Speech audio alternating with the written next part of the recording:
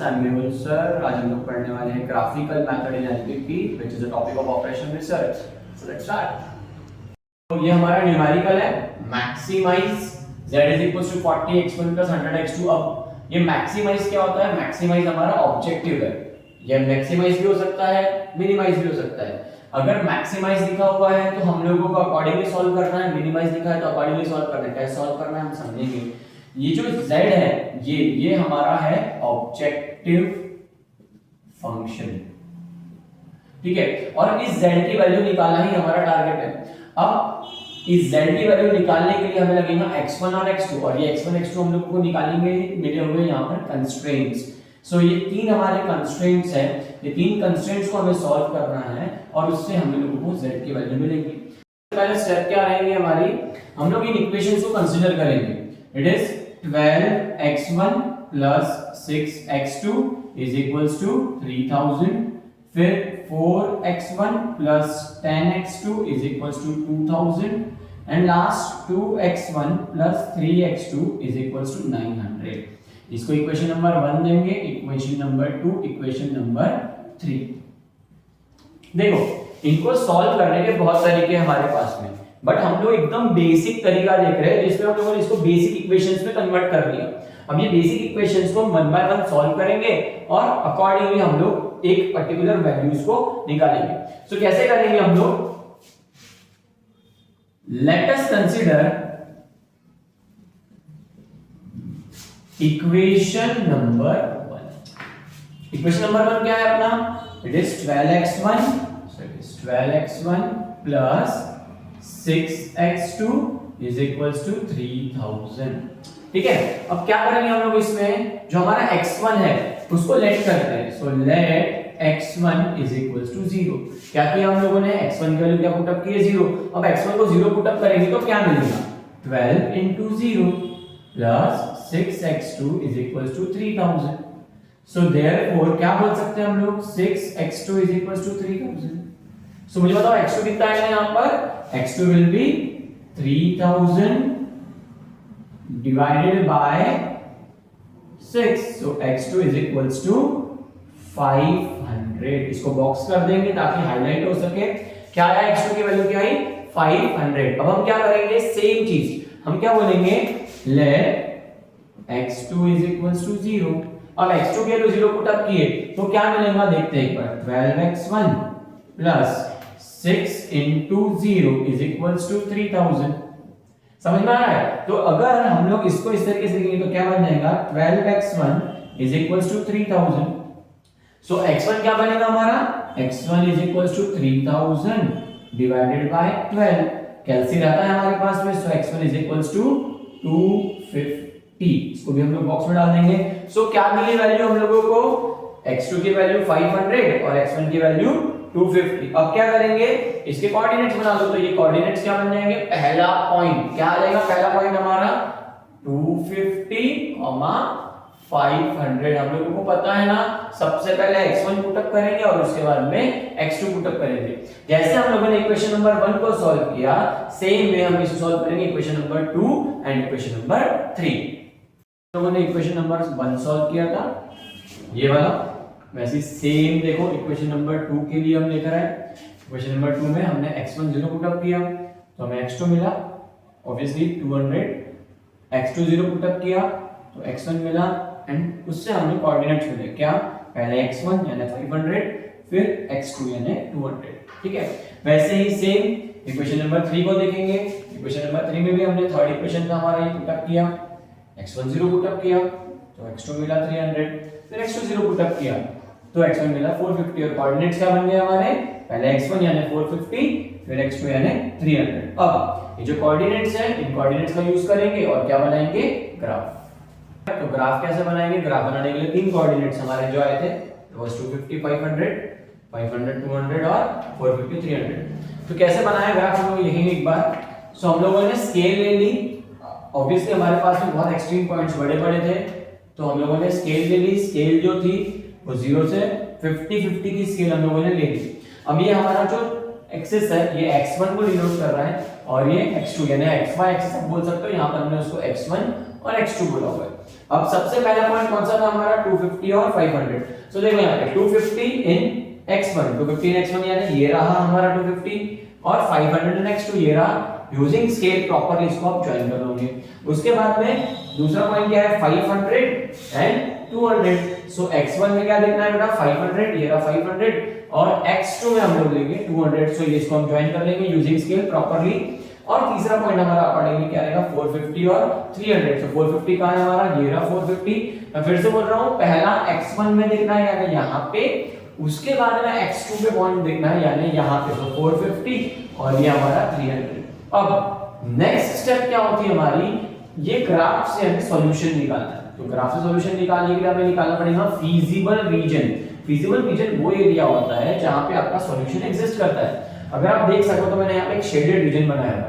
Question ये है कि शेडेड रीजन बनाते कैसे हैं, क्योंकि यहाँ पे तो बहुत सारे रीजन है, ये वाला भी है, ये वाला भी है, ये वाला भी है, तो यही क्यों लिया हम लोगों ने। अब यहाँ पर आपके दो डाउट सॉल्व हो जाएंगे। एक तो मैक्सिमाइजेशन मिनिमाइजेशन का कुछ क्वेश्चन ही नहीं बनता है, दूसरा कि हम लोग किस तरीके से ये कंसीडर करेंगे। सो अगर आप इक्वेशन में चलो तो ये जो कंस्ट्रेंट दिए हुए इन कंस्ट्रेंट की साइन को देखो, ये कौन सी साइन है हमारी, लेस देन इक्वल्स टू की साइन है। अगर ये sign less than equals to की है तो हमारा जो फीजिबल रीजन होता है वो टुवर्ड्स द ओरिजिन होता है। देखो आप अगर एरो को देखोगे, जैसे पहला इक्वेशन हमारा था 250 500। सो 250 500 में लेस देन इक्वल्स टू के कारण हमारा आंसर कहां पर आएगा, टुवर्ड्स द ओरिजिन यानी ओरिजिन के तरफ। सेकंड इक्वेशन भी देख लो, सेकंड इक्वेशन क्या है हमारा 4x1 10x2 less than equals to 2000। तो लेस देन इक्वल्स टू का मतलब क्या होता है, फिर से वो वाला इक्वेशन भी towards the origin and third वाला इक्वेशन भी टुवर्ड्स द ओरिजिन। अब ऐसा कौन सा एरिया है जो इसके भी इधर है, इसके भी इधर है और इसके भी इधर है, एक ही एरिया है हमारे पास में, कौन सा, ये वाला। इसीलिए ये हमारा कौन सा बन गया, फीजिबल रीजन। एक बार मैं इसको हाईलाइट कर दूं तो क्या बोलेंगे इसको हम लोग, फीजिबल रीजन। ओके, और इस फीजिबल रीजन के हम निकालेंगे वर्टाइसेस। कौन से, एक ये, दो, तीन, चार, हमने नाम दे दिया उसको ए बी सी और डी। पॉइंट्स ऐसे निकाले, ये तो पता है अपने को, x1 में भी 0 x2 में भी 0, इसलिए 0 0 लिख दिया। ये वाला पॉइंट कैसे निकाले, देखो x1 में कितना है बेटा, ये 250, सो इट इज 250 और x2 में क्या आएगा 0। फिर तीसरा पॉइंट कैसे निकाले, ये मैं थोड़ी देर में बताता हूं। और चौथा पॉइंट कैसे निकाला हम लोगों ने, 0 पहले और फिर 100। ठीक है, क्वेश्चन ये है कि ये वाला पॉइंट कैसे निकालना हम लोगों ने, थोड़ा समझते इस पॉइंट को। अगर इस पॉइंट को आप देखो तो ये दो इक्वेशन के इंटरसेक्शन से बना है। कौन से दो इक्वेशन है उसको लिख लो, इट इज 4x1, यहां पे लिख लेते हैं 4x1, ये रफ वर्क है हमारे लिए, 4x1 plus 10x2 is equals to 2000। और दूसरा कौन सा इक्वेशन है, ये वाला यानी कौन सा इक्वेशन है, ये क्या है वो, 12x1 plus 6x2 is equals to 3000। आपको इसे साइमल्टेनियसली सॉल्व करना है। अब जब साइमल्टेनियसली सॉल्व करो या फिर कैलकुलेटर के अंदर में आप इक्वेशन मोड में डाल के डायरेक्टली आंसर निकाल सकते हो। कैलकुलेटर मतलब साइंटिफिक कैलकुलेटर के अंदर में वंस आपका ये वैल्यू आप साइमल्टेनियसली सॉल्व करोगे, आपको ऑटोमेटिकली ये दो वैल्यूज मिल जाएंगे। अगर आपको साइमल्टेनियसली सॉल्व करते नहीं आता है, मुझे कमेंट में बता देना, मैं आपको साइमल्टेनियस इक्वेशन का वीडियो निकाल के दे दूंगा।